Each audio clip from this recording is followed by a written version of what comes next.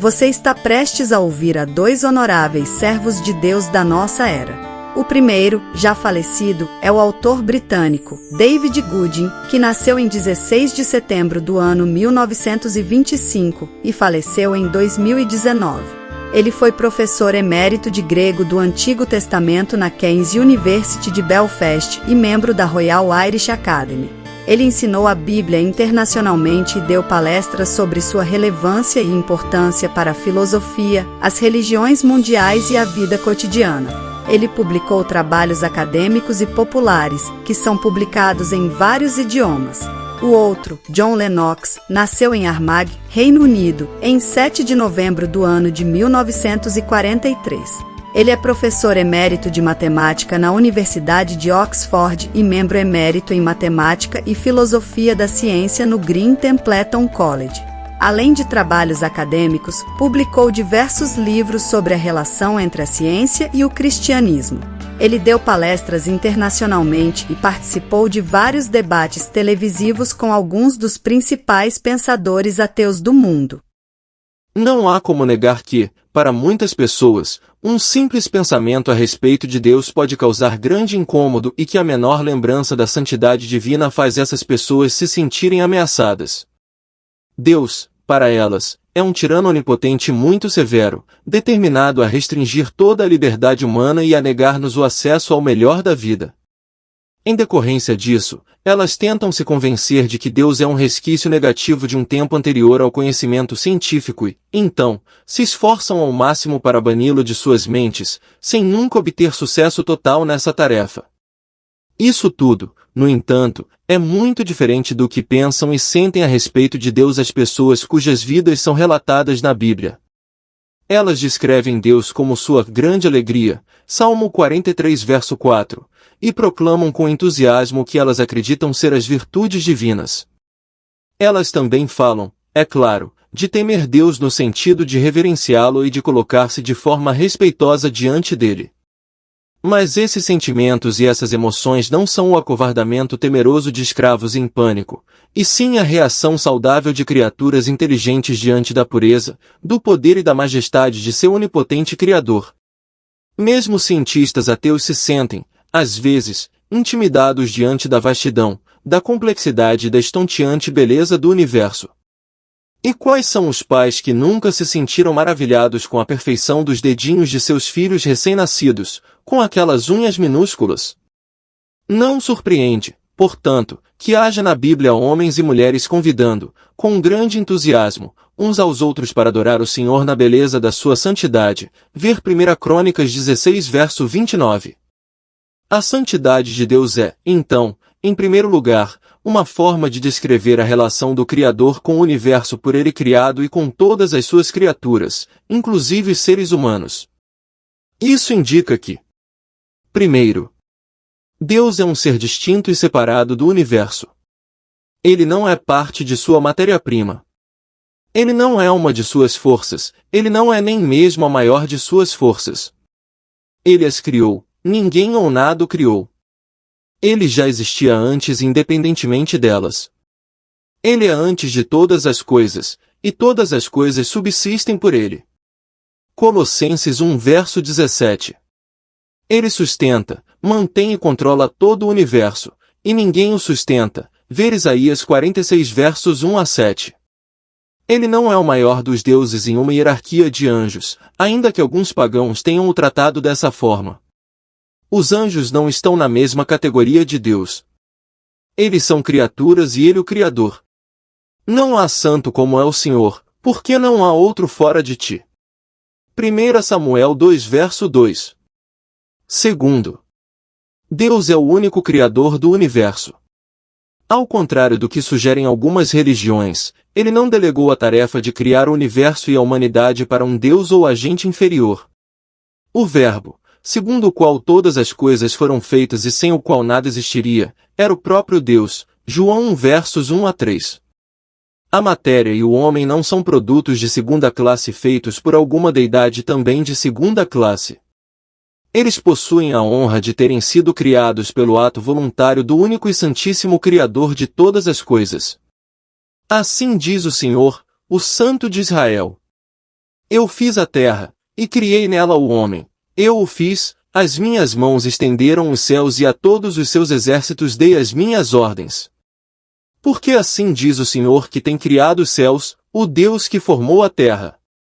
Eu sou o Senhor, e não há outro. Isaías 45 versos 11,12 e 18. Terceiro. Como Criador do homem, Deus tem o direito exclusivo de ser adorado pelo coração humano, pois o homem não apenas foi feito por Deus, mas foi feito também para Deus. Lemos em Apocalipse, e não descansam nem de dia nem de noite, dizendo, Santo, Santo, Santo é o Senhor Deus, o Todo-Poderoso, que era, e que é, e que há de vir. Digno és, Senhor, de receber glória, e honra, e poder, porque tu criaste todas as coisas, e por tua vontade são e foram criadas. Apocalipse 4 versos 8 a 11. O Senhor, teu Deus, temerás, e a ele servirás. Deuteronômio 6 verso 13. É nisso que residem a dignidade e a glória do homem. A vida e a obra dos homens não são absurdas e inúteis, como ensinaram os filósofos existencialistas. Fazer a vontade de seu Criador dá ao homem o único objetivo que é, em última análise, grande o bastante para satisfazer igualmente seu intelecto, suas emoções e seus esforços. É nisso também que se reside a liberdade humana. Adorar a qualquer um, ou qualquer coisa, que não seja Deus, sempre acaba por degradar e escravizar o espírito humano. Os primeiros cristãos foram eventualmente confrontados com um governo totalitário que demandava que eles adorassem o chefe de Estado. Porém, os apóstolos lhes ensinaram a não temer o governo e a santificar a Cristo como o Senhor de seus corações. 1 Pedro 3 versos 14 e 15. Isso significa que, no fundo de seus corações, eles deveriam estar conscientes da santidade do Filho de Deus e de seu direito exclusivo de ser adorado. E, na lembrança dessa santidade, eles encontraram a coragem necessária para enfrentarem as exigências idólatras de seus governos totalitários e para defenderem a liberdade de espírito de todo ser humano. Chamar Deus de santo é também uma forma de se referir à sua absoluta e impressionante pureza. O Senhor é reto, e nele não há injustiça, afirma o Velho Testamento, Salmo 92 verso 15. Deus é a luz, diz o Novo Testamento, e não há nele treva nenhuma, 1 João 1 verso 5, nem intelectual, nem moral, nem espiritualmente. No campo físico é a luz física que concede cor às coisas. E nos campos intelectual, moral e espiritual é a luz da santidade de Deus que traz toda a beleza e sentido da vida. O pecado faz o contrário, ele entorpece as cores da vida, enfraquece a sua sensibilidade, escurece a mente e cega o espírito. Por outro lado, a luz da santidade de Deus expõe o pecado. E não só expõe, pois a santidade de Deus não é simplesmente uma qualidade passiva, como um pilar de neve branca e pura congelada. Ela se expressa ativamente na execução de sua justa indignação e no julgamento sobre o pecado humano. Às vezes, esse julgamento se revela pela execução das leis da natureza que Deus fez. Se o homem persiste na perversão sexual, por exemplo, ele acabará percebendo que a própria natureza se volta contra si e destrói seu corpo, recebendo em si mesmos a recompensa que convinha ao seu erro. Romanos 1 verso 27. Outras vezes, Deus permite que desastres econômicos e políticos cheguem aos que se rebelaram contra ele. E, quando ele faz isso, a Bíblia diz que Deus, o Santo, será santificado em justiça. Onde será santificado significa sua santidade será conhecida, sempre que ele julgar o pecado de forma reta e justa. Nos dias do profeta Isaías, sua nação era culpada de injustiças e violência, de cruéis extorsões comerciais, de embriaguez obstinada, de perverter deliberadamente a moral e de desrespeitar completamente, bem como provocar Deus. Isaías, portanto, não só denunciou tais pecados, ele avisou a nação que Deus iria demonstrar a sua santidade, trazendo sobre eles o seu juízo e reduzindo a nação à ruína econômica, social e política. Então, o plebeu se abaterá, e o nobre se humilhará, e os olhos dos altivos se humilharão.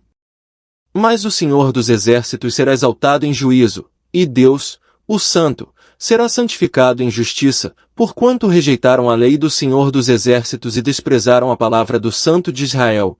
Ver Isaías 5 versos 7 a 30. Mas devemos analisar a nós mesmos com cuidado. A santidade de Deus não denuncia apenas pecadores ultrajantes. Visto à luz de Deus, mesmo o melhor de nós se revela pecador. Quando mesmo Isaías teve uma visão de Deus, cercado pelas hostes angelicais que clamavam incessantemente, Santo, Santo, Santo é o Senhor dos Exércitos, toda a terra está cheia da sua glória. O próprio Isaías foi inundado com um senso esmagador de sua natureza pecaminosa.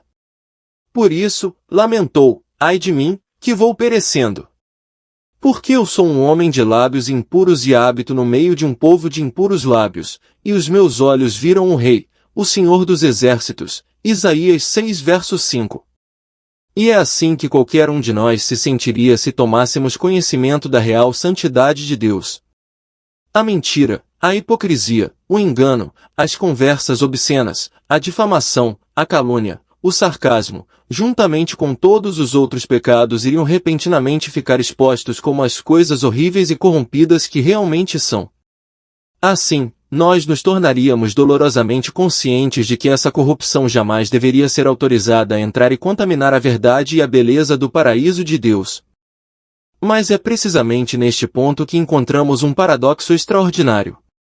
As pessoas na Bíblia que experimentaram a dor de serem expostas à luz da santidade de Deus são exatamente as que, de repente, começam a falar com entusiasmo sobre como a luz de Deus é maravilhosa. Aqui vemos uma típica passagem. Mas vós sois a geração eleita, o sacerdócio real, a nação santa, o povo adquirido, para que anuncieis as virtudes daquele que vos chamou das trevas para a sua maravilhosa luz, vós que, em outro tempo, não erais povo, mas, agora, sois povo de Deus, que não tinhais alcançado misericórdia, mas, agora, alcançastes misericórdia. 1 Pedro 2 versos 9 a 10. Obviamente essas pessoas descobriram que a santidade de Deus não é simplesmente um poder negativo. É um poder positivo que, por seu amor e por sua misericórdia, pode purificar os pecadores e transformá-los em santos. Em Levítico 19, a primeira ordem de Deus a seu povo é: santos sereis, porque eu, o Senhor, vosso Deus, sou santo. Verso 2. Ele, então, lhes explica com muitos detalhes o que a santidade significa em termos práticos. E um desses termos é este: amarás o teu próximo como a ti mesmo. Eu sou o Senhor. Verso 18.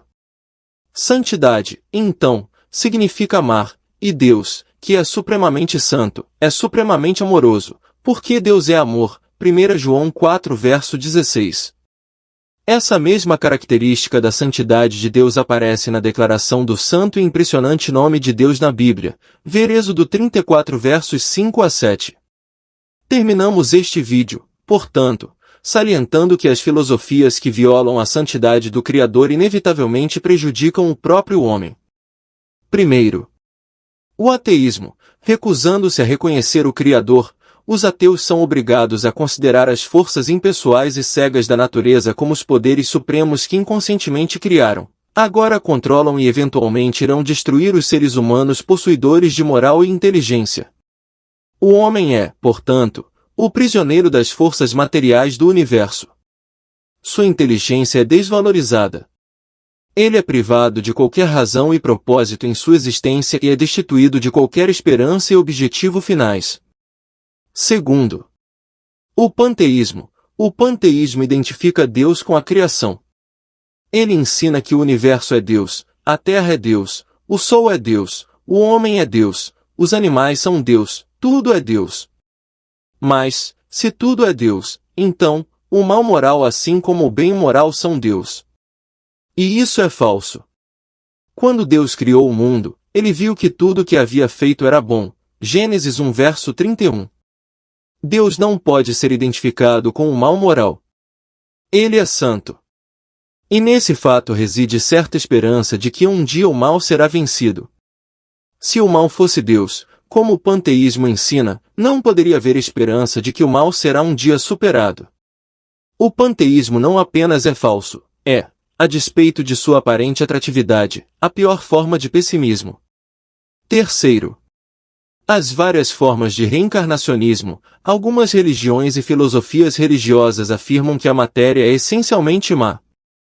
Elas ensinam que o Deus Supremo nunca teria criado a matéria. O que ele fez, segundo essas doutrinas, foi criar deuses menores que, assim como ele, possuíam o poder de criar. E tais deuses menores, por sua vez, criaram deuses ainda menores, e eventualmente, um desses deuses de forma muito imprudente criou o universo material e os seres humanos. Os seres humanos são, assim, uma mistura infortuna de alma, que é boa, e matéria, que é ruim. A matéria infecta e contamina a alma e a arrasta para um mau comportamento que, por sua vez, envolve a pessoa em um sofrimento inevitável. Se esse sofrimento não for esgotado até a pessoa morrer, a alma estará condenada a ser reencarnada em outro corpo material. Então, se nesta vida a pessoa for culpada de mau comportamento, ela está condenada a um sofrimento maior nas suas próximas reencarnações. A única esperança é que, de uma forma ou de outra, a alma possa esgotar-se de todo o sofrimento, mantendo-se absolutamente livre de ainda mais pecados, e assim voltar ao mundo puro das almas e escapar de outras reencarnações em corpos materiais. Essa doutrina infringe duplamente a santidade de Deus, pois existe apenas um Criador e não múltiplos criadores menores. A matéria não é essencialmente má, mas essencialmente boa, como vimos. E os problemas do homem não nascem do fato de que ele possui um corpo material e, sim, de seus pecados abusivos, de seu livre-arbítrio e de sua desobediência a Deus. Além disso, esta doutrina não é apenas falsa, mas também muito cruel.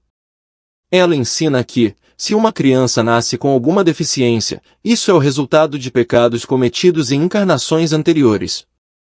Se, depois de todas essas, possíveis, milhares de reencarnações, a criança ainda não esgotou o sofrimento dos pecados do passado, qual é a esperança que a criança possui de fazer algo para que esse sofrimento seja esgotado na vida presente? Sem falar na possibilidade de que ela vai cometer ainda mais pecados nesta vida e assim aumentar a inevitável necessidade de mais reencarnações? Essa doutrina, então, é uma monstruosidade da mentira e da crueldade. O homem não é salvo por seus próprios sofrimentos, mas pelos sofrimentos de Cristo. Ele foi ferido pelas nossas transgressões e moído pelas nossas iniquidades. O castigo que nos traz a paz estava sobre ele, e, pelas suas pisaduras, fomos sarados. Isaías 53 verso 5. Tampouco as pessoas precisam viver sua vida com medo de uma série de divindades menores, irresponsáveis, e muitas vezes maléficas. Há apenas um Deus e Ele nos ama e oferece a si mesmo como nosso Salvador. Nada sabem os que rogam a um Deus que não pode salvar. Não há outro Deus senão eu, Deus justo e Salvador não há fora de mim. Olhai para mim e sereis salvos, vós, todos os termos da terra, porque eu sou Deus, e não há outro. Isaías 45 versos 20 a 22. Porque eu sou o Senhor, teu Deus, o Santo de Israel, o teu Salvador. Isaías 43, 3. Ele será chamado Deus de toda a terra. Isaías 54 verso 5.